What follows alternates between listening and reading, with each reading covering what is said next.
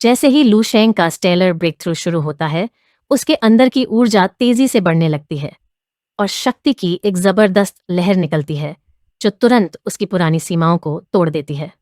ठीक उसी समय डायमेंशनल बैरियर के दूसरी तरफ मौजूद उसका शैडो क्लोन प्रतिक्रिया और उसके स्टेलर पार्ट के डार्क साइड को चैनलाइज करता है, जिससे अजीब हरी लपटें उठकर उसकी ऊर्जा से मेल खाती हैं।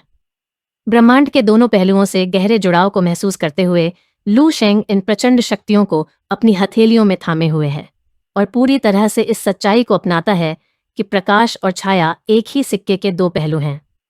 बिना किसी हिचकिचाहट के वह इन विपरीत शक्तियों को आपस में टकराता है, जिससे प्रकाश और अंधेरे की लपटें मिलकर शक्ति का एक बिल्कुल नया रूप ले लेती हैं।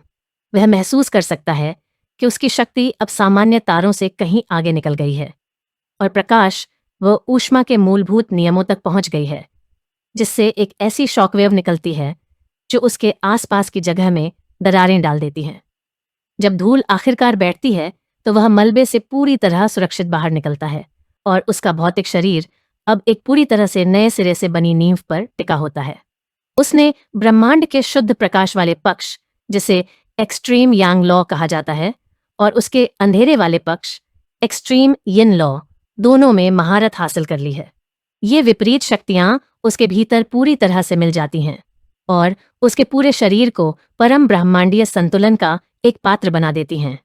इस अद्भुत ब्रेक थ्रू के साथ उसके भीतर एक स्वाभाविक दिव्य ऊर्जा प्रकट होने लगती है, जिससे वह एक उभरते हुए देवता की तरह ब्रह्मांड में विचरण कर सकता है। सूक्ष्म स्तर पर उसकी अमर कोशिकाएं और अधिक म्यूटेट होती हैं और उसके भौतिक शरीर को सचमुच दिव्य रूप में बदल देती हैं। यह एक पल उसकी पुरानी सीमाओं को पूरी तरह से तोड़ देता है और उसकी नींव को फिर से बनाकर उसे बेजोड़ शक्ति देता है, ताकि वह अपने दुश्मनों का सामना करने के लिए तैयार हो सके। लू शेंग कुछ पल शांत रहकर अपनी सांसें सामान्य करता है और अपनी यात्रा के बारे में सोचता है। उसे अपने गुरु यांग यिजो की याद आती है, जिन्होंने उसे इस रास्ते पर चलने में मदद की थी। हालांकि उसका वर्तमान रास्ता पूरी तरह से उसका अपना है, क्योंकि उसने इसे कदम दर कदम बनाया है और अपनी साधना के हर चरण को उसकी चरम सीमा तक पहुंचाया है। उसने यह कठिन रास्ता इसलिए चुना ताकि वह अपने से पहले आए सभी लोगों से आगे निकल सके और वांग यी की छाया से निकलकर सच्ची आज़ादी पा सके। जो कभी एक नामुमकिन सपना लगता था, वह अब सच हो रहा है, क्योंकि वह अपनी साधना के सुनहरे रास्ते पर आगे बढ़ रहा है। अपनी कामयाबी का एहसास होने पर उसने सच में नामुमकिन काम कर दिखाया है और अब वह किसी बहुत बड़ी चीज के मुहाने पर खड़ा है। उसने न सिर्फ अपनी सीमाओं को तोड़ा, बल्कि शक्ति के ऐसे स्तर की ओर एक बड़ी छलांग लगाई जिसकी कल्पना करना भी मुश्किल है।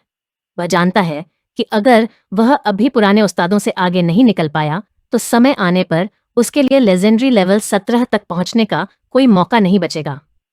लेवल 17 एक लेजेंडरी रैंक है, शक्ति का एक ऐसा पौराणिक स्तर जिसके सच होने के बारे में इतिहास के साधक भी पक्के तौर पर नहीं जानते।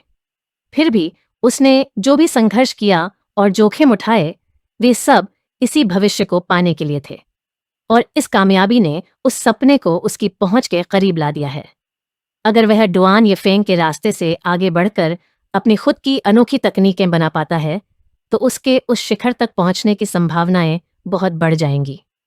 इस नई समझ के साथ उसकी मार्शल आर्ट्स छठे स्तर तक पहुंच जाती है, जिससे उसे एक साधारण मुक्के से ब्रह्मांड की रोशनी और गर्मी को नियंत्रित करने की शक्ति मिलती है। अपनी सफलता पर थोड़ा गर्व महसूस करते हुए वह तय करता है कि उसकी पुरानी तकनीक का नाम बहुत साधारण लगता है और उसे अपग्रेड करने की जरूरत है। उसे अपने पिछले जीवन का एक आर्केड गेम बॉस याद आता है, जो देवता जैसा शक्तिशाली था और जिसे सिर्फ कैद किया जा सकता था, और वह अपनी सबसे बड़ी चाल अल्टीमेट मूविक का नाम उसी देवता के नाम पर रखने का फैसला करता है। वह गर्व से अपनी नई अल्टीमेट मूव का नाम ब्राइट सनशाइन रखता है और इस बेहतरीन तकनीक के साथ उसकी कुल शक्ति एक नए स्तर पर पहुंच जाती है। उंगलियों के एक साधारण चटकाने के साथ उसे एक्सट्रीम यांग के असली मालिक जैसा महसूस होता है, जो रोशनी और गर्मी को ऐसे नियंत्रित करता है जैसे वह सिंहासन पर बैठा कोई जीवित देवता राजा हो।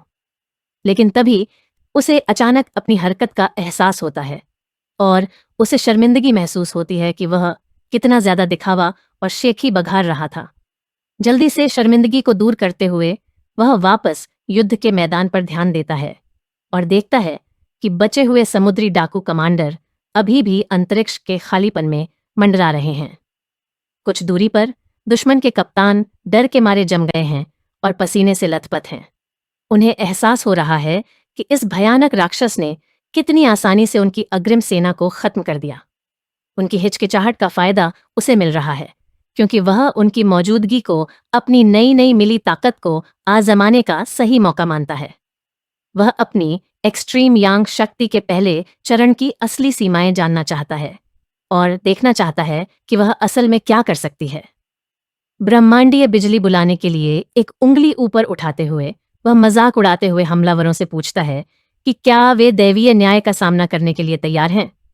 इसी बीच पास के स्पेसशिप के अंदर दबाव इतना ज्यादा है कि अनुभवी लड़ाका वू त्यान घुटनों के बल गिर जाता है और उस भारी आभा ऑरा के बोझ से उसका शरीर कांपने लगता है।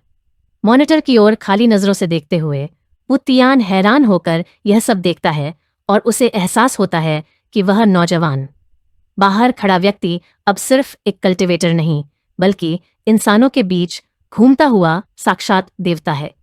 बाबू लुओ उसके ठीक बगल में गिर पड़ते हैं। उनके चेहरे पर गहरा अविश्वास है क्योंकि भारी दबाव ने उनके होश उड़ा दिए हैं। यहां तक कि अनुभवी एक्सपर्ट हाय जिदाओ भी मुश्किल से अपने पैरों पर टिके हुए हैं। वे खुद को जबरदस्ती खड़ा रखते हैं, चेहरे से पसीना बह रहा है और वे अपने बढ़ते डर से लड़ रहे हैं। जियांगक्सियन और माशा उलझन में उन तीनों मास्टर्स को देखती हैं और माशा पूछती है कि उन्हें क्या हुआ है, यह बताते हुए कि लियू शेंग अभी भी सिर्फ लेवल 12 पर है और उनके रैंक तक भी नहीं पहुंचा है। दर्द से कराहते हुए वो तियान लड़कियों को बताते हैं कि वे स्थिति को समझ नहीं पा रही हैं। वे समझाते हैं कि भले ही लियू शेंग अब भी लेवल 12 पर है लेकिन उसके अस्तित्व का वास्तविक स्तर उनसे कहीं ऊपर है। वे बताते हैं कि युवा योद्धा ने पहले ही ब्रह्मांड के एक नियम कॉस्मिक लॉ को जागृत कर लिया है और उसमें महारत हासिल कर ली है जो उसके मौजूदा स्तर से कहीं आगे की बात है। माशा को अभी भी शक है। उसका तर्क है कि शुरुआती चरण में बुनियादी नियमों में महारत हासिल करना उसके और आओ नोंग ट्यूरिंग जैसे टॉप लेवल के जीनियस के लिए सामान्य बात है।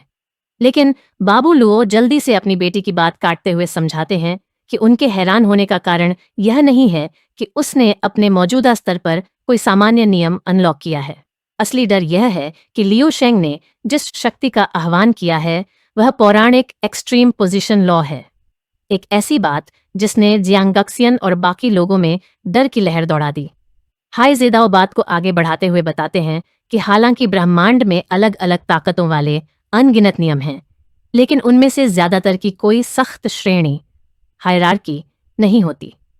हालांकि कुछ दुर्लभ नियम पूरी आकाशगंगा में सभी ब्रह्मांडीय शक्तियों के परम शासक के रूप में जाने जाते हैं जिससे उन्हें एक्सट्रीम पोजीशन का पौराणिक खिताब मिलता है। बूढ़े मास्टर खिड़की की ओर इशारा करते हुए कहते हैं कि वे अभी एक ऐसी पौराणिक शक्ति को देख रहे हैं जो पूरी सृष्टि में सबसे ऊंचे स्थान पर है। जहाज के ठीक बाहर लियू शेंग की आंखों से चकाचौंध कर देने वाली रोशनी निकलती है और वह अपना विनाशकारी प्रहार करता है जिससे अंतरिक्ष का खालीपन आग के एक विशाल सागर में बदल जाता है और समुद्री लुटेरों के बचे हुए बेड़े को पूरी तरह निगल जाता है। यह वीडियो का अंत है। अगर आप लोग अगला भाग देखना चाहते हैं तो हमारे चैनल को सब्सक्राइब करें